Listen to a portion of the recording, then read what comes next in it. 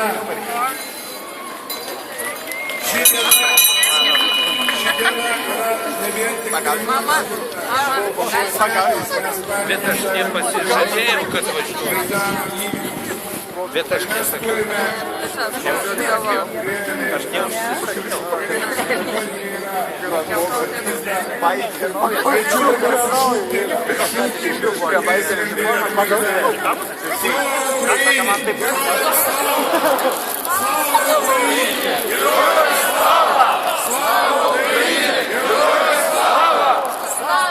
Ačiū visiems. Aš kartą kviečiu garsųjį legendinį prezidentą, vicprezidentą Antaną Terlecką.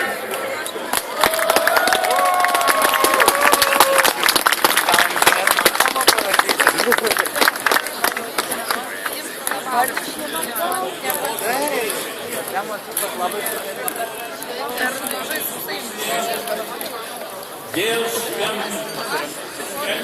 dienų kovo 6 Seime buvo surengta konferencija tema politikos ir istorijos santykis Lietuvoje. Kažkas iš konferencijos prezidiumo pasiūlė ilgą švenčių sąrašą papildyti dar vieną šventę – spalio 25-ąją. Išskyrus mane, visa auditorija tylėjo. Natalė žinoma nežinojo, kokia tai žymi šventė mūsų tautai, toji spalio 25 diena. Priminsiu tiems, kurie nežinojo ir iki šiol nežino. Ta diena buvo renkamas Lietuvos Seimas ir priimta Lietuvos konstitucija. Aš tai pasirinkau. Patriotiniai darbai tikėjosi sužadinti Seimą savo kandidatus, toks keli Lietuvos piliečiai, kad jų ir aš rašė ne vieną laišką aukščiausios tarybos vadovybei, kad priešlaikiniai rinkimai į tokią svarbią instituciją bus skaudžiai pralaimėti, nes Abneriaus pastangomis buvo sugriauta Lietuvos ekonominė visų laikų žemės ūkis. O visą kaltę už tai naivūs rinkėjai suvers aukščiausios tarybos pirmininkai. Didelė dauguma jie balsavo už sąjūdiečius ir patriotai neatsigavo iki 1996 metais. Na, patriotais vadinami. Po kurių naivios moterėlės paskelbė Vagnorių atėjusį visiems laikams. Siūlyčiau spalio 25-ąją paskelbti Lietuvos komunistų persikrikštų į socialdemokratus pagerbimo diena. Ir tegu jie švenčia spalio 25-ąją, jeigu jie maža gegužės 1-osios. Gali švęsti... Čia trečias man reikia. Reikia atvažiuoti. Tai gerai, aš paskirpsiu. Jiems dar mažiau gali švęsti ir Antano Sniečkaus gimimo dieną. Nematau rimtesnio pagrindo didžiuotis 92 metų spalio 25 dienos Lietuvos konstituciją, o ypač svarbiausi jos aiškintojų konstitucinių teismų, kuris užvaldė jam nepriklausančias galias. Kai aš pamatau tą teismą vorolę traukiantį į Seimo pakylą, regiu po pirmininko kaupiančią Tamarą, o vaizduotėje regiu KGB prokurorą Mockevičių, kuris 57 metų kūčių dieną sankcionavo čekistams teisės nugirdyti mane narkotikais. Ir nenorėdamas prisimenu į dabartinę valstybės vadovę. Mėgaujasi tokia Lietuvos valdžia, kiek pageidauja. Jos pačios parinkti visų svarbiausių teisėsaugos institucijų vadovai, niekam išskyrus ją neatsakingi. Tokia padėtis daugelį tenkina, daroma viskas, kad jį padėtis liktų nepakitus ir po šios, ir tolimesnių rinkimų.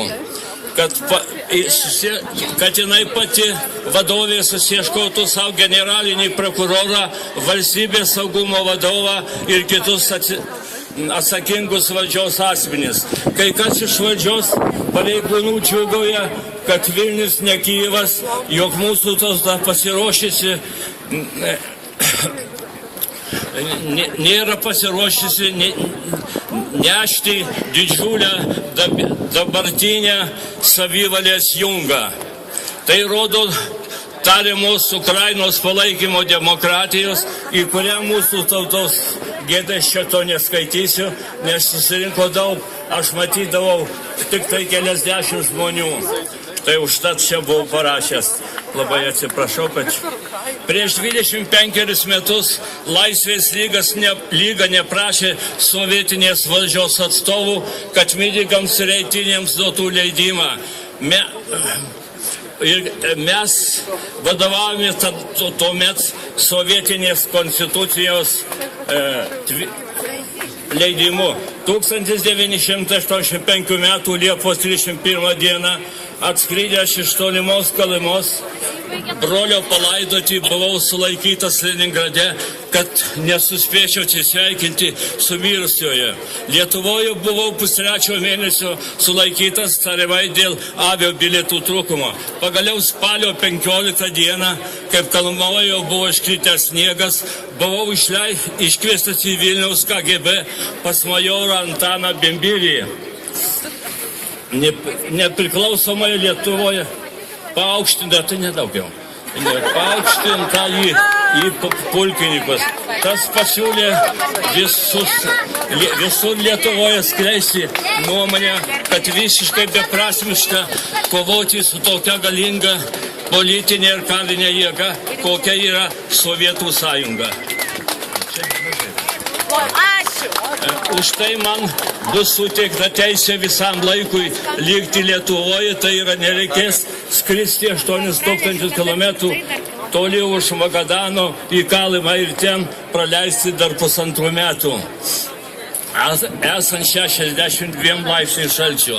Tokios malonės atsisakiau, tačiau kiek buvusių politinių sovietinės valdžios priešų neatsisakė į tokį pasiūlymą. Vienas kitas jų vaikščioja mūsų Seimo koridoriais arba dirba Lietuvos valstybės saugumo komitete ir generalinėje prokuratūroje bei teismuose. Tokie tikina mus, kad per rinkimus Lietuvoje nieko pakeisti neįmanoma. Jie siūlo balsuoti už tuos, kurie šiandien valdžioje sėdi ir yra prieš 5 metus jau išrinkti ir visi kiti esą mažai žinomi, nežinia kieno įtakojami, įtariami ir nedaug dievė gali būti išrinkti.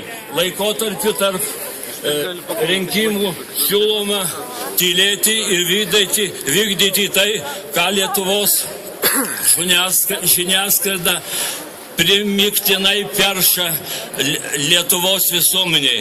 Vadinasi, gyvename ir toliau valdomos demokratijos sąlygomis, neribojamos ir nieko nekontroliuojamos. Referendumo teisę Lietuvoje gyvendinti esą neįmanoma, reikia per 3 mėnesius surinkti daugiau kaip 10% visų gyventojų parašų. Vadinasi, mums patariama negalvoti aklai, pasitikėti tik, kurie dabar valdžioje ir aklai vykdyti jų valią.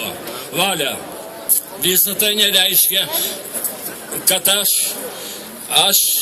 išdavikais laikau visus buvusius narius. Iš tokių įskiriu pavyzdžiui Joną Avyžių ir Česlavą Juršėną. Rašytojas amžino atilsį Jonas Avyžius savo laiku rašė: jeigu nebūtų buvę vasario 16, Lietuva būtų buvusi kaip šiandien Baltarusija su sostinė Minsku, o valstybinė kalba būtų buvus ta, kurią kalbėjo didysis Leninas. Didysis tik ne mano noru. Ačiū labai. Tęskime. Ačiū disidentui Antanui Terleckui. Išgirdome kartu ir istorinę apžvalgą. Na, o dabar pasisakys nepriklausomybės akto signataras Romualdas Ozolas.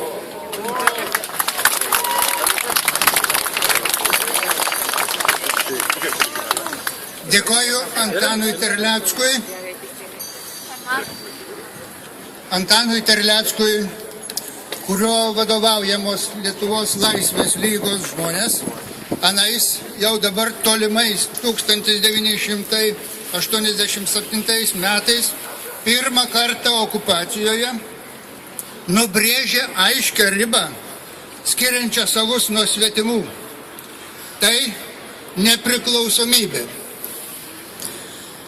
Nepriklausomybė iškovota. Valstybė atkurta antrą kartą. Kovo 11 ir vasario 16 yra amžinos mūsų šventės. Mūsų, mano, esu įsitikinęs ir visų čia susirinkusiųjų. Mūsų. Patvirtinam tai pasakydami. Mūsų. Mūsų. Mūsų. Mūsų. Sakau tai ne veltui. Mano ir mano kolegų moralinis atsiribojimas nuo tų, kurie nešvenčia, o jomis tik tai prisidengia, susilaukė stiprios reakcijos. Kai mes sakom, kad tauta turi turėti savo žemę, kaip jos išgyvenimą ir likimą garantuojantį vienintelį savo gyvenimo vietą, mums sako, jūs skaldot vienybę, keliate alarmą, sumaištį. Vienybė su valdžia vardan Lietuvos galutiniam išpardavimui? Mano klausimas, taip ar ne? Ne. Ne. Ir dar kartą ne. Kodėl mes turim vienyti su jumis pardavėjais? Gal jūs, jei dar gebat susigaudyti savim?